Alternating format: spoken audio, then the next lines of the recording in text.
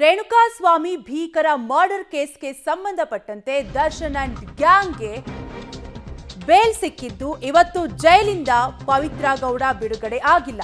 Bale ಸಿಕ್ಕಿದ್ರೂ ಕೂಡ A one ಆರೋಪಿಯಾಗಿದ್ದಂತಹ ಪವಿತ್ರ ಗೌಡಗೆ ಬಿಡುಗಡೆ ಭಾಗ್ಯ ಇಲ್ಲ. ಜೈಲಿಂದ ತಡವಾಗಿ ಕೋರ್ಟ್ ಆರ್ಡರ್ ಕಾಪಿ ತಲುಪಿದ್ದು, ಹೀಗಾಗಿ ನಾಳೆ ಬೆಳಗ್ಗೆ 10 ಗಂಟೆಗೆ ಪವಿತ್ರ ಗೌಡ ರಿಲೀಸ್ ಆಗಲಿದ್ದಾರೆ.